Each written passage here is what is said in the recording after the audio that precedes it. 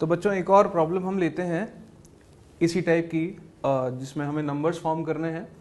तो ये प्रॉब्लम है हमारे पास कि हम कितने 5 डिजिट के नंबर्स फॉर्म कर सकते हैं, और जो डिजिट्स हमें यूज करने को दी हैं 0, 1, 2, 3, 4, 5 एंड बच्चों विच आर डिविजिबल बाय 3। इसका मतलब हमें जो भी नंबर फॉर्म करना है वो नंबर अब 3 से डिविजिबल होना चाहिए। और दूसरी बात, क्या हम डिजिट्स को रिपीट कर सकते हैं या नहीं, उसके लिए हमारे पास ये गिवन है, if every digit can be use at most once, मतलब कोई भी डिजिट एक से ज्यादा बार हम यूज नहीं कर सकते हैं, मतलब रिपीटेशन इज नॉट अलाउड। अब बच्चों अगर हमें 5 डिजिट का नंबर हमें फॉर्म करना है, ये मान लीजिए कि अगर हम एक 5 डिजिट का नंबर फॉर्म करना चाहते हैं तो ये कैसे पता चलेगा कि वो नंबर जो है वो 3 से डिविजिबल है। तो बच्चों 3 से डिविजिबिलिटी चेक करना हम जानते हैं कि इफ अ नंबर इज हम ये बोलेंगे कि if the sum of the digits is divisible by 3 then this number will be divisible by 3 itself. ठीक है, तो बच्चों इसका मतलब यहाँ पर जो भी हम 5 डिजिट फिल करने वाले हैं उन डिजिट्स का जो सम है वो खुद 3 से डिविजिबल होना चाहिए, और यहाँ पे जो भी डिजिट हमें फिल करनी है वो इन्हीं में से हम एक करेंगे, और एक ही डिजिट को एक से ज्यादा बार यूज नहीं कर सकते हैं। तो बच्चों हम ये देखें कि ये जो डिजिट्स हैं इनका सम कितना है, 0 + 1 + 2 + 3 + 4 + 5। और बच्चों अगर मैं इसका सम निकाल के देखता हूं, ये 9, 12 एंड 15, तो बच्चों इनका सम 15 है जो कि खुद 3 से डिविजिबल है। पर बच्चों ये एक्चुअली हम मेरे पास 6 डिजिट्स हैं और मुझे इनमें से कोई भी 5 डिजिट ही यहाँ पर यूज करनी है। तो बच्चों इसका मतलब इनमें से एक डिजिट को रिजेक्ट करूंगा और जो बाकी बची हुई 5 डिजिट होंगी वो यहाँ यूज करनी है, लेकिन जो पांचों डिजिट होंगी उन सबका सम तो 3 से डिविजिबल होना ही चाहिए। तो बच्चों ये बताइए इन सब में से मैं कौन से डिजिट को रिजेक्ट कर दूं या हटा दूं, और कौन सी बाकी बची हुई 5 डिजिट लूं ताकि सम जो है बची हुई डिजिट्स का वो 3 से डिविजिबल हो। तो बच्चों एक बात बताइए, टोटल सम 15 है और अगर मैं इसमें से 0 को ही हटा देता हूं तो ये अगर ये पांचों की पांचों डिजिट यूज कर लेता हूं 1, 2, 3, 4, 5, तो इनका सम हमेशा 15 होगा। इसको मैं यहां पर किसी भी तरीके से फिल कर दूं, किसी भी तरीके से अरेंज कर दूं बच्चों डिजिट्स को, लेकिन हमेशा ये पांचों डिजिट यहां रहेंगी तो सम तो हमेशा डिजिट्स का कितना आएगा, 15। इसका मतलब बच्चों पहला केस ये कि यहां पर मैं 1, 2, 3, 4 और 5 इन पांचों डिजिट को यहां पर अरेंज कर देता हूं। ठीक है बच्चों, और ये डिजिट को हमें एक से ज्यादा बार यूज नहीं कर सकता हूं, तो इसको फिल करने के तरीके हो जाएंगे 5, इसको 4, 3, 2 एंड 1। तो बच्चों ये आ गया 120। ठीक है, इसका मतलब ऐसे बच्चों 120 नंबर्स बन जाएंगे जिनमें हमने 0 को इंक्लूड नहीं किया है। अब बच्चों क्या और भी कोई पॉसिबिलिटी है, क्या कोई और भी डिजिट को मैं रिजेक्ट करके बची हुई पांचों डिजिट को यहाँ यूज कर लूं और डिजिट्स का जो सम हो मेरे पास वो क्या हो जाए बच्चों, 3 से डिविजिबल। तो बच्चों अगर मैं इसमें से 1 को हटाता हूं तो बची हुई जो डिजिट्स हैं उनका सम 14 हो जाएगा जो कि 3 से डिविजिबल नहीं है। ऐसे अगर मैं 2 को रिजेक्ट कर देता हूं तो मेरे पास जो बची हुई डिजिट्स आएंगी 0, 1, 3, 4 एंड 5, उनका सम हो जाएगा 13 जो अगेन 3 से डिविजिबल नहीं है। तो बच्चों में क्लियरली यहां से पता लगता है कि ये जो नंबर है 3, अगर मैं 3 को बाहर कर देता हूं तो मेरे पास जो 5 डिजिट बचेंगी, कौन कौन सी बचेंगी बच्चों, 0, 1, 2, 4 एंड 5, और इन सबका सम हो जाएगा 12। ठीक है बच्चों, इन सबका सम क्या हो जाएगा 12। इसका मतलब इन 5 डिजिट्स को यहां मैं किसी भी तरह से अरेंज कर लूंगा तो इन डिजिट्स का सम हमेशा, इन पांचों प्लेसेस पे जो डिजिट्स आएंगी इनका सम हमेशा 12 है जो कि 3 से डिविजिबल है। इसका मतलब ये पूरा का पूरा जो नंबर फॉर्म होगा using these digits will be divisible by 3 itself. ठीक है बच्चों, इसका मतलब सिंपल सा है कि इन 5 की 5 डिजिट्स को यूज करके हम नंबर फॉर्म करते हैं, वो नंबर बाय डिफॉल्ट 3 से डिविजिबल तो होगा ही क्योंकि डिजिट्स का सम 12 आ रहा है। ठीक है बच्चों, तो ये बताइए इन 5 डिजिट्स को अगर मैं यहाँ फिल करना चाहूं तो इस प्लेस को फिल करने के कितने पॉसिबल वेज हैं, 0 फिल नहीं कर सकते हैं तो पॉसिबल वेज कितने हो जाएंगे बच्चों, इस प्लेस को फिल करने के 4, और अगेन इस प्लेस को फिल करने के बच्चों कितने तरीके हो जाएंगे, फिर से 4, क्योंकि एक डिजिट आपने यूज कर ली लेकिन अब आपके पास 0 भी तो बचा है तो 4, और बच्चों इसको फिल करने के तरीके 3, इसको फिल करने के तरीके 2, और लास्ट प्लेस को फिल करने के तरीके बच्चों आपके पास हो जाएगा 1।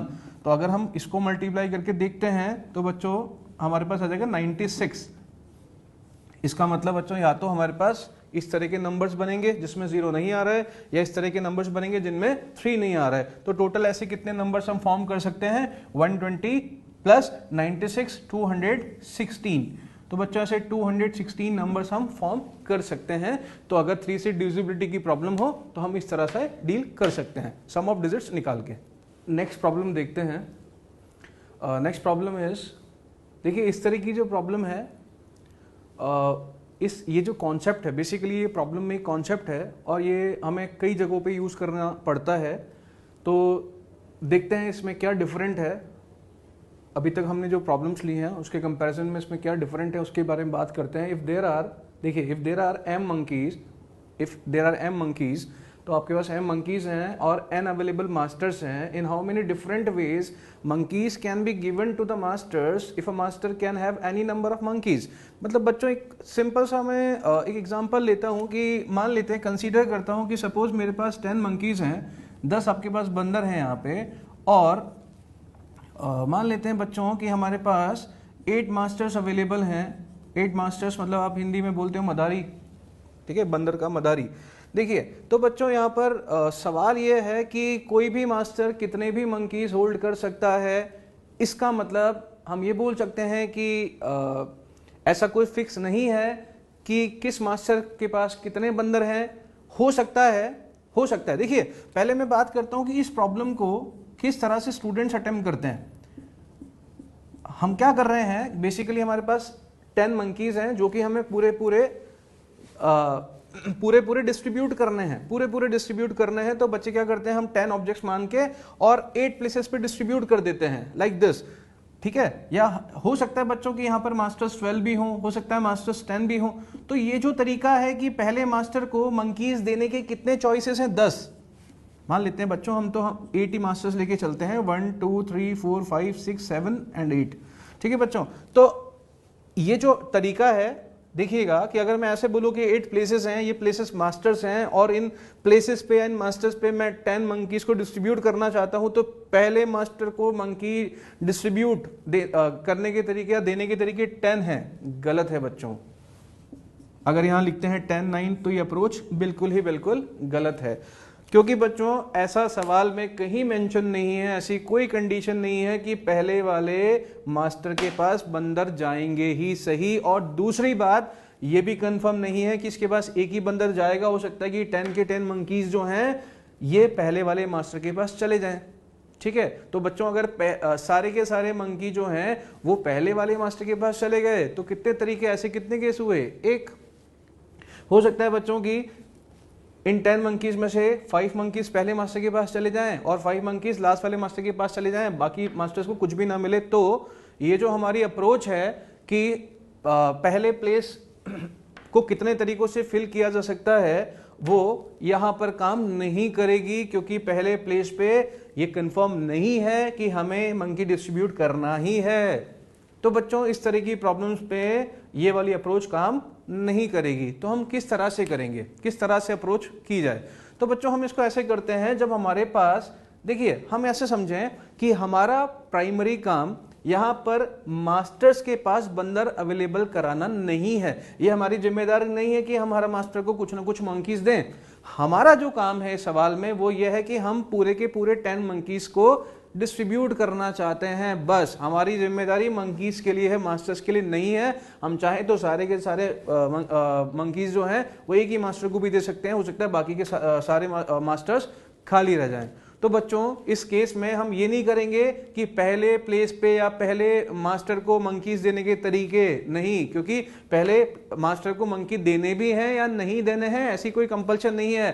कंपल्शन ये है, हमारा जो टास्क है वो ये है कि हमें मंकीज को डिस्ट्रीब्यूट करना है। तो बच्चों देखिएगा, पहला मंकी देखते हैं। अब हमें डिस्ट्रीब्यूट तो करना ही है, तो पहले मंकी को हम कितने तरीकों से डिस्ट्रीब्यूट कर सकते हैं? हमारे पास 8 मास्टर्स अवेलेबल हैं, 1 2 3 4, और हमारे पास पहले मंकी को किसी भी मास्टर को देने की चॉइस अवेलेबल है।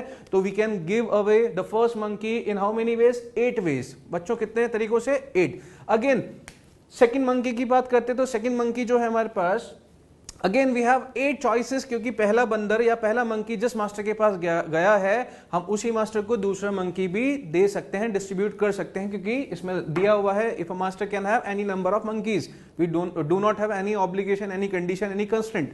ठीक है बच्चों, तो इसका मतलब सेकंड वाला बंदर या मंकी कितने तरीकों से डिस्ट्रीब्यूट किया जा सकता है, 8 अगेन।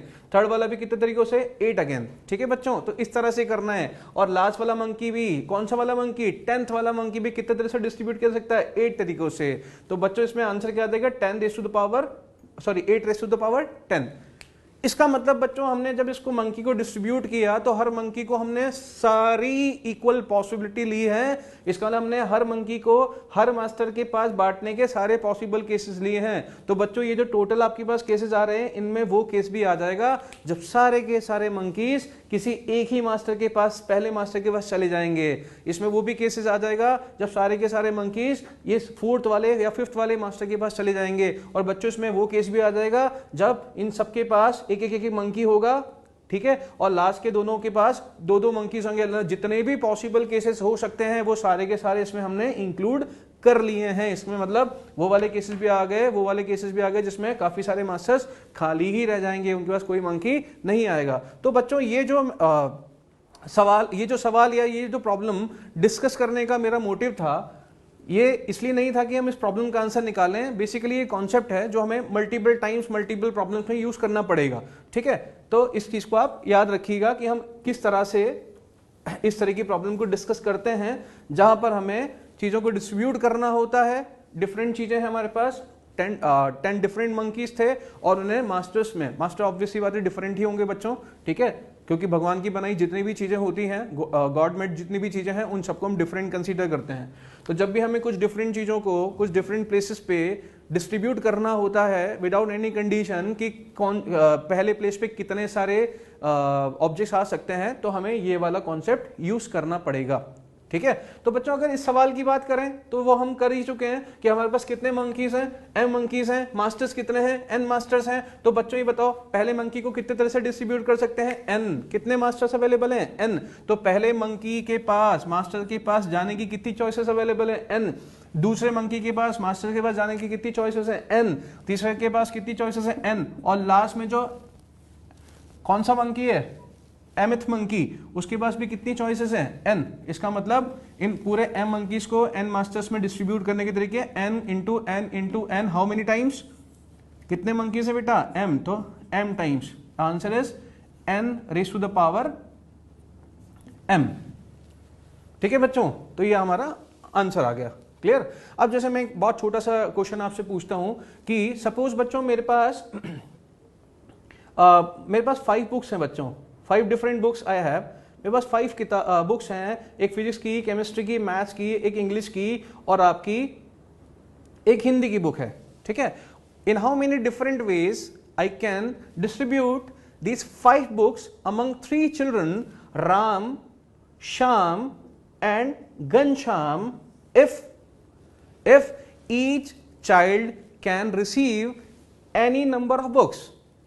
तो बच्चों इसका मतलब क्या हो जाएगा, मेरे पास 5 डिफरेंट बुक्स हैं और मैं 3 बच्चे हैं, राम, श्याम, घनश्याम, उनको कितने तरीके से डिस्ट्रीब्यूट कर सकता हूं। बच्चों ध्यान रखिएगा, किताबें सारी बांटनी है, 3 बांट के या 4 बांट के घर नहीं ले जानी है। मतलब हमें यहाँ पर भी पूरी की पूरी 5 किताबें यहाँ पर डिस्ट्रीब्यूट करनी है अमंग कितने बच्चों में, राम, श्याम, घनश्याम। तो आप सिमिलरिटी देख पा रहे हैं, ये देखिए बुक्स की जगह कौन आ गए, मंकीज, मास्टर्स की जगह कौन आ गए, राम, श्याम, घनश्याम। और यहां पर भी ये बोल रखा है कि ईच चाइल्ड कैन हैव या each child can receive any number of books. मतलब बच्चों हर बच्चे के पास किताब आए, ऐसा भी कोई कंपल्शन नहीं है। बस हमारा जो कंपल्शन है वो ये कि हमें किताबें बांटनी है, बस इन 3 बच्चों के बीच में हम किसी भी तरीके से बांट सकते हैं।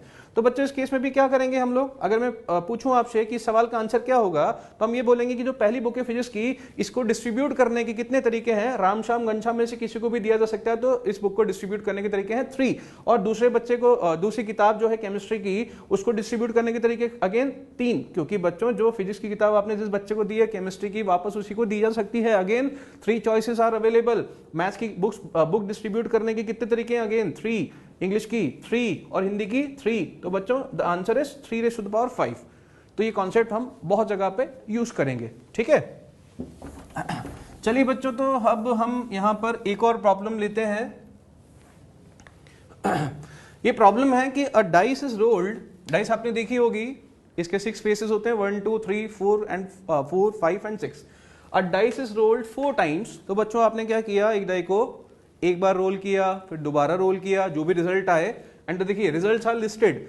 ठीक है, तो जो भी रिजल्ट आया आपने उसको लिस्ट किया। मान लीजिए आपने पहली बार डाई थ्रो की तो 2 आया, सेकंड टाइम में मान लीजिए 4 आया, अगेन 2 आया, और जो नेक्स्ट टाइम 5 आया, तो ये आपका रिजल्ट हो गया। ठीक है बच्चों, कोई प्रॉब्लम है? तो ये आपने रिजल्ट को लिस्ट कर दिया यहां पे, क्लियर? तो बच्चों सवाल ये है कि how many different results are possible such that number appearing in the list is the largest number appearing in the list is not 4। इसका मतलब बच्चों ये है कि ये तो हम एक डाई को 4 बार थ्रो कर रहे हैं, तो बच्चों हमसे पूछा है ऐसे कितने डिफरेंट रिजल्ट्स पॉसिबल हैं। ठीक है, 4 बार थ्रो करने पर कितने रिजल्ट्स पॉसिबल हैं, जिसमें जो आपके रिजल्ट में जो 4 आउटकम्स हैं, ठीक है बच्चों, जो 4 आउटकम्स हैं, उन 4 आउटकम्स में 4 is not the largest appearing number. ठीक है, तो मतलब उनमें 4 जो है वो लार्जेस्ट अपीयरिंग नंबर नहीं होना चाहिए। मतलब बच्चों ये है, देखिए इसका क्या मीनिंग है, किस टाइप के रिजल्ट्स हमें निकालने हैं। देखिए तो बच्चों ऐसा भी हो सकता है 1 2 3 1, तो अगर मैं ये देखूं कि ये 4 रिजल्ट मेरे पास आए, तो इनमें जो नंबर अपीयर हो रहे हैं उनमें मैक्सिमम नंबर 4 नहीं है, क्योंकि बेटा 4 है ही नहीं, तो मैक्सिमम नंबर इज 3। तो ऐसे वाले केस लेने हैं, यस लेने हैं। और बच्चों क्या इस तरह के केस ले सकता हूं, 4 5 2 1। तो बच्चों इस केस में जो ये रिजल्ट की लिस्ट है हमारे पास, ये जो 4 रिजल्ट्स हैं, इनमें जो नंबर्स अपीयर हो रहे हैं उनमें क्या लार्जेस्ट नंबर 4 है? नहीं है। ठीक है, तो मतलब इस तरह के रिजल्ट भी हमें काउंट करने हैं। ठीक है, कि इस तरह के कितने रिजल्ट्स हो सकते हैं। और बच्चों ये बताइए कि 2 3 2 4 क्या इस तरह के रिजल्ट्स की बात वो कर रहा है? नहीं कर रहा है, क्योंकि उसने बोला है कि जो ये लिस्ट है रिजल्ट की, ये जो 4 रिजल्ट की लिस्ट है, इनमें 4 सबसे लार्जेस्ट नंबर नहीं होना चाहिए। और इस केस में देखिए आप, इन चारों रिजल्ट्स में, इस पूरी लिस्ट में जो सबसे बड़ा नंबर है अपीयर होने वाला, वो 4 ही है। ठीक है बच्चों, तो अब इस प्रॉब्लम को कैसे डील करें? ठीक है, कि ऐसे कितने रिजल्ट्स मैक्सिमम पॉसिबल हैं 4 बार डाई को थ्रो करने पर, किस तरह से कितनी मैक्सिमम लिस्टिंग की जा सकती है इस तरह के रिजल्ट्स की, ताकि जो आपकी लिस्ट हो 4 रिजल्ट की, उनमें अपीयर होने वाले चारों डिजिट में सबसे बड़ा नंबर 4 नहीं होना चाहिए बच्चों। ठीक है, तो कल हमने एक प्रॉब्लम देखा था, उसमें मैंने बताया था आपको कॉम्प्लीमेंट कैसे यूज करते हैं। तो हमसे पूछा गया है कि ऐसे वाले रिजल्ट्स कितने होंगे जिनमें 4 सबसे बड़ा नंबर, सबसे लार्जेस्ट नंबर नहीं हो। तो बच्चों हम एक काम करें, अगर मैं टोटल केसेस, टोटल कितने पॉसिबल रिजल्ट्स बन सकते हैं वो निकालूं, और उनमें से मैं वो वाले रिजल्ट्स निकालूं, वो वाले केसेस निकालूं जिनमें अपीयर होने वाले रिजल्ट्स में सबसे लार्जेस्ट नंबर 4 है, अगर वो हटा दूं तो बच्चों कौन से रिजल्ट्स बच जाएंगे?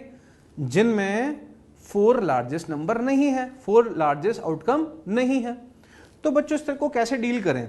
तो हम ये बोल सकते हैं कि जो टोटल केसेस हैं अपने पास, उनमें से मैं सब्ट्रैक्ट कर दूं वो वाले cases when 4 is the largest appearing number. ठीक है बच्चों, क्लियर?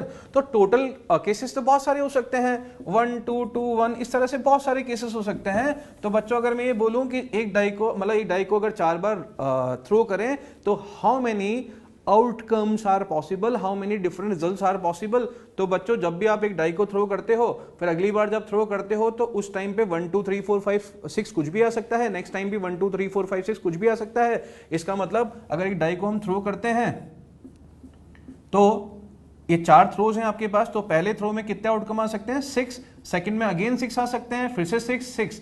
तो बच्चों ये टोटल नंबर ऑफ केसेस हैं आपके पास, टोटल नंबर ऑफ रिजल्ट्स हैं, कितने हो जाएंगे? 2⁻6।